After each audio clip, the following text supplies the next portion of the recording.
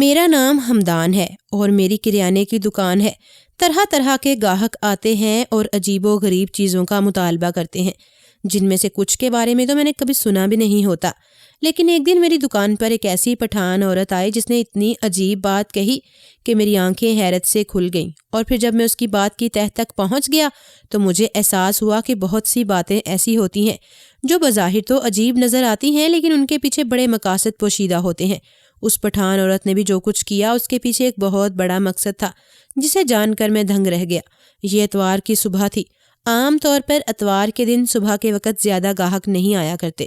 مجھے اپنی کریانے کی دکان کھولے زیادہ دیر نہیں ہوئی تھی کہ ایک عمر رسیدہ پٹھان عورت میری دکان پر آئی اور کہنے لگی، ذرا بڑے سائز کے صاف ستھرے دیسی مرغی کے انڈے تو دے دو۔ اس کی بات سن کر صبح صبح میرا مزاج بگڑ گیا۔ میں گاہکوں کی اس بات سے تنگ آ گیا تھا۔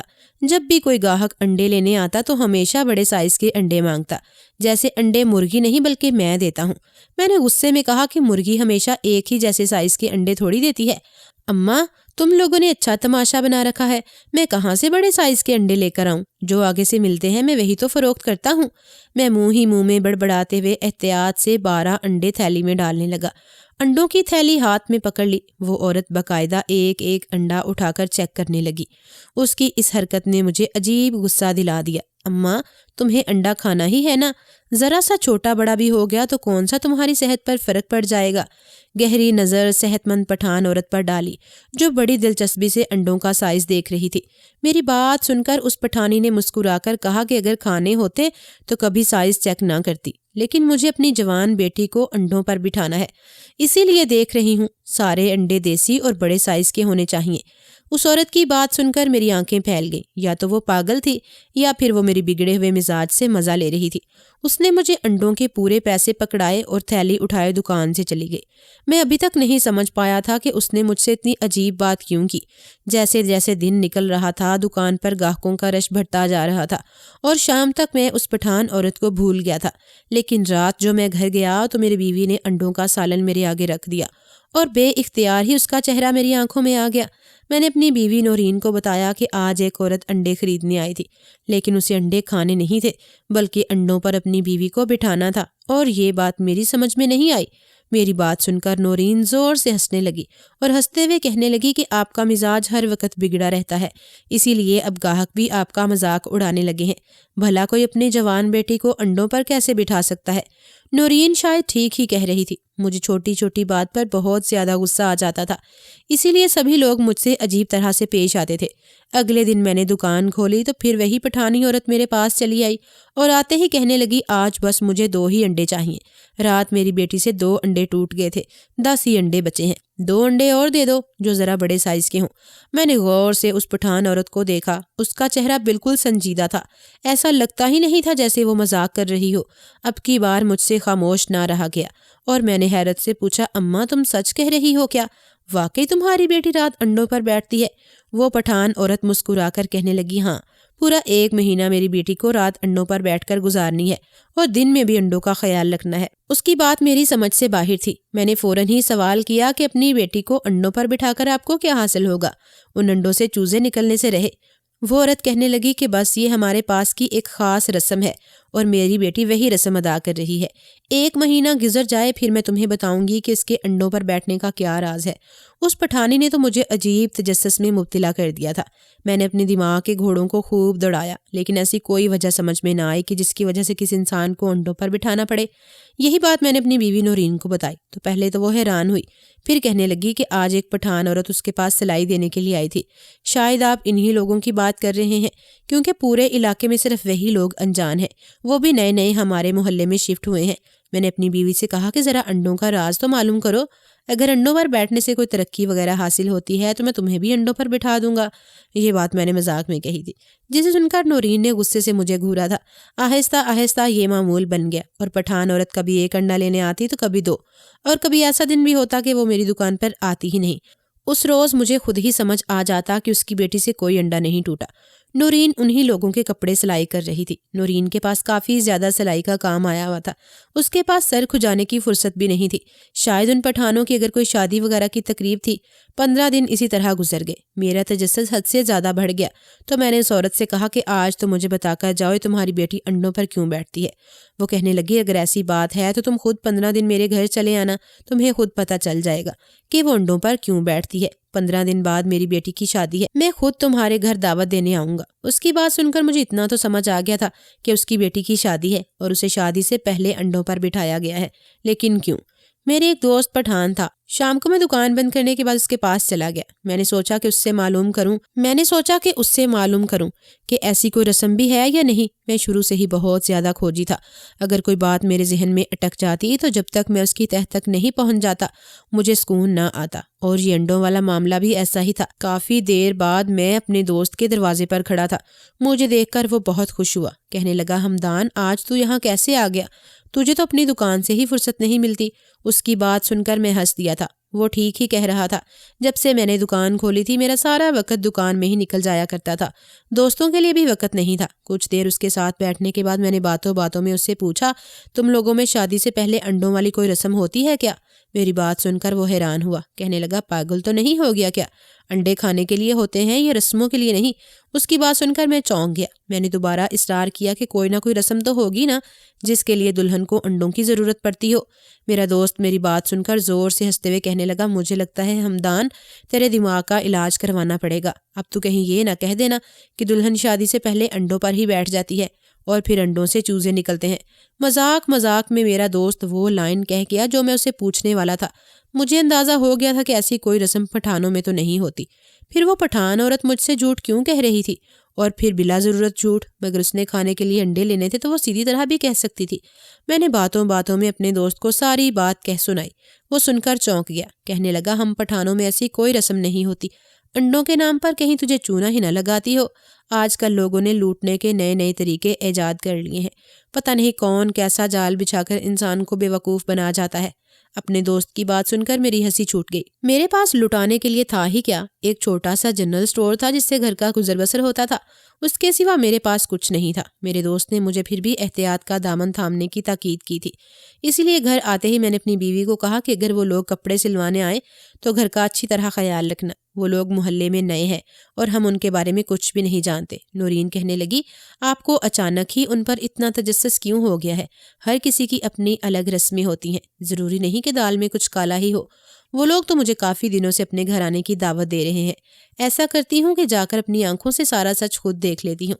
نورین کی یہ بات مجھے ٹھیک لگی تھی، وہ اگر جا کر خود دیکھ کر آتی تو مجھے بھی تسلی ہو جاتی، ورنہ میرے اندر کے تجسس نے مجھے بے چین کر رکھا تھا۔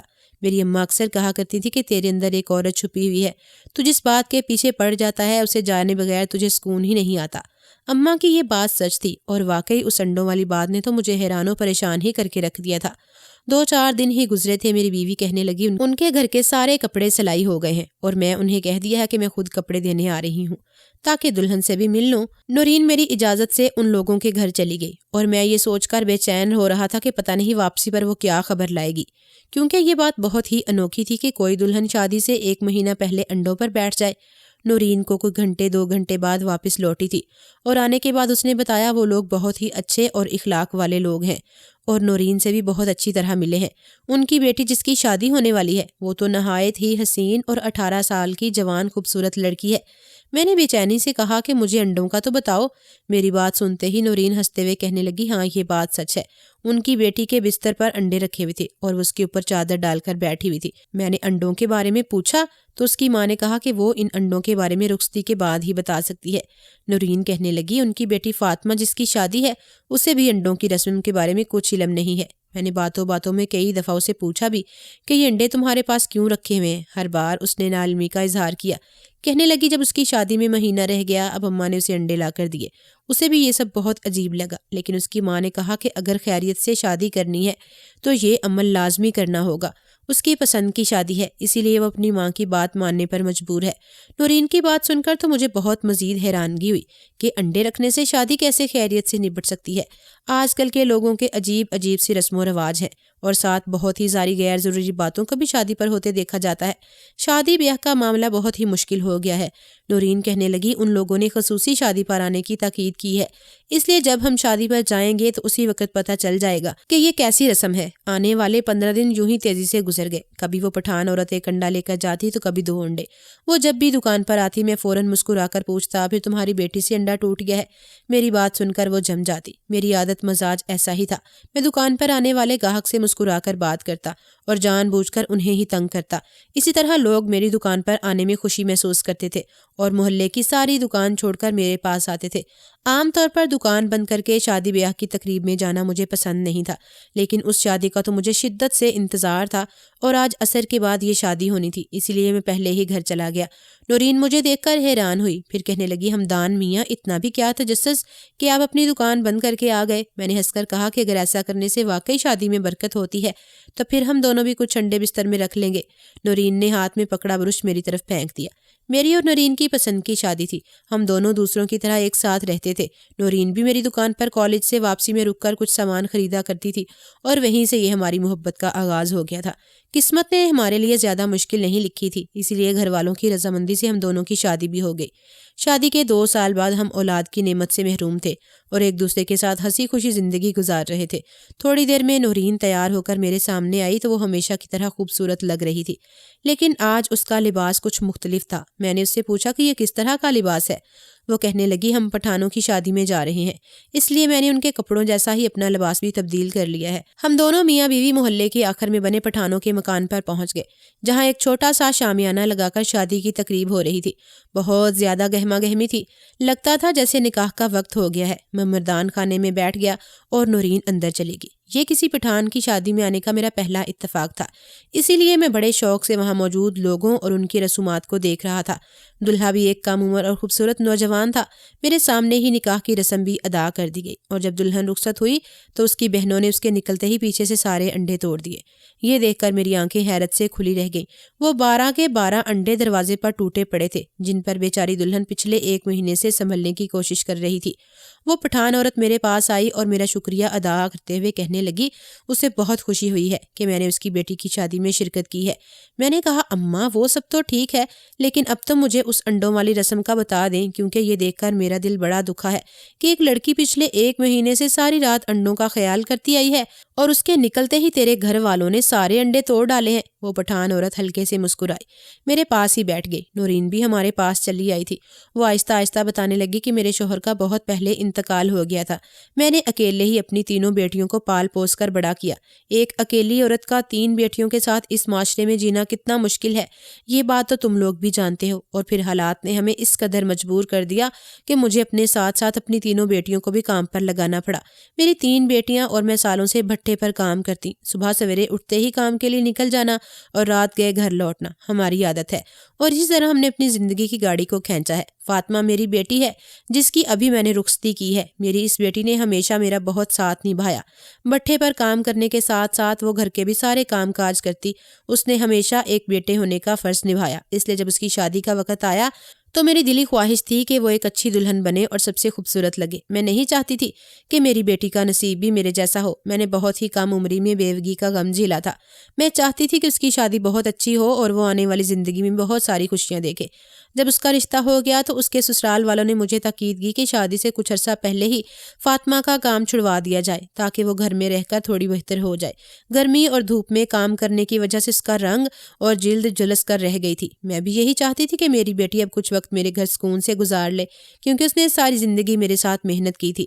لیکن یہی بات جو میں نے اپنی بیٹی سے کہی تو اس نے انکار کر دیا۔ وہ نہیں چاہتی تھی کہ میں اس کی موجودگی میں اکیلے ہی سارا کام کروں۔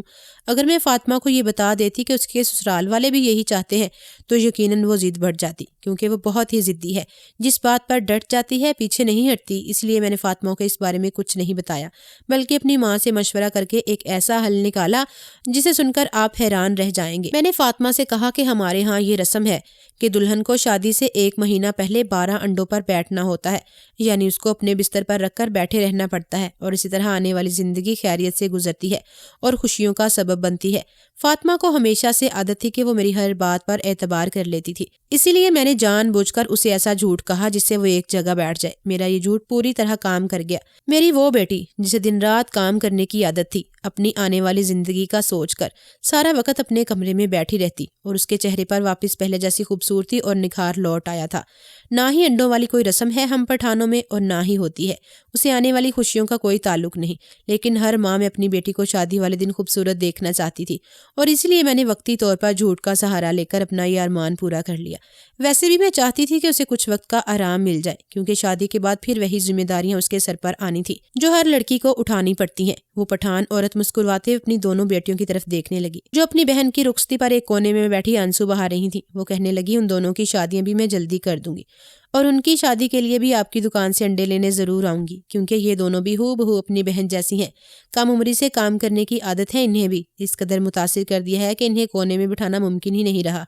ہنستے ہنستے اس کی آنکھوں میں آنسو چمکنے لگے۔ یقیناً یہ خوشی کے آنسو تھے جو اپنی بیٹیوں کے مستقبل کے بارے میں سوچ کر آ گئے تھے۔ ہر ماں کی طرح وہ بھی اپنی بیٹیوں کی خوشی کے لیے کوشش کر رہی تھی۔ اس کی باتوں نے میرا دل بھی بہت نرم کر دیا تھا۔ میں نے دل سے دعا کی کہ اللہ اس کی بیٹیوں کو آباد رکھے اور تینوں بچیاں اپنے گھر میں خوش و آباد رہیں۔ میں نورین کا ہاتھ پکڑ کر وہاں سے نکل آیا تھا۔ میرے اندر کا تجسس ختم ہو گیا تھا۔ اب میں یہ سوچ رہا تھا کہ جب میرے گھر میں بیٹی ہوگی تو میں بھی اپنی بیٹی کے لیے ایسے ہی جذبات رکھوں گا۔ کبھی کبھی ماں باپ اولاد کی خوشیوں اور سکون کے لیے کیسے کیسے جھوٹ بول دیتے ہیں، اور اولاد کو شاید احساس بھی نہیں ہوتا۔ بچپن میں اکثر اپنی اماں سے کہتی تھی کہ اگر تو سویرے نہیں اٹھے گی تو سورج ماما تجھ سے ناراض ہو جائے گا، اور میں جھٹ سے اپنا بستر چھوڑ دیا کرتا تھا۔ جب بڑا ہوا سوچنے لگا کہ میری ماں کس قدر جھوٹ بولا کرتی تھی۔ سورج ماما بھی ناراض ہو سکتا ہے کیا؟ لیکن آج مجھے احساس ہوا تھا کہ ان کے اس جھوٹ کے پیچھے صرف اور صرف میری ہی بھلائی پوشیدہ تھی۔ میں ہمیشہ دیر سے اٹھنے کا عادی تھا، اور اس وجہ سے مجھے اسکول میں بھی سزا بھگتنی پڑتی تھی۔ میری ماں مجھے اسی سزا سے بچانے کے لیے ایسا جھوٹ کہہ رہی تھی۔ ماں باپ کا ہر سچ، ہر جھوٹ صرف اور صرف اولاد کی خوشی کی خاطر ہی ہوتا ہے۔ آپ لوگوں کی اس بارے میں کیا رائے ہے؟ کیا اس عورت نے اپنی بیٹی سے اس طرح جھوٹ بول کر صحیح کیا یا پھر غلط؟ کیا آپ کے ماں باپ نے کبھی آپ سے اس طرح کا کوئی جھوٹ بولا ہے؟ کامنٹ میں اپنی رائے کا اظہار ضرور کیجیے گا۔ ایسی ہی سچی کہانیوں کے لیے ہمارے یوٹیوب چینل کو سبسکرائب کر لیجیے گا۔ انشاءاللہ ملاقات ہوگی ایک نئی کہانی میں، تب تک کے لیے اللہ نگہبان۔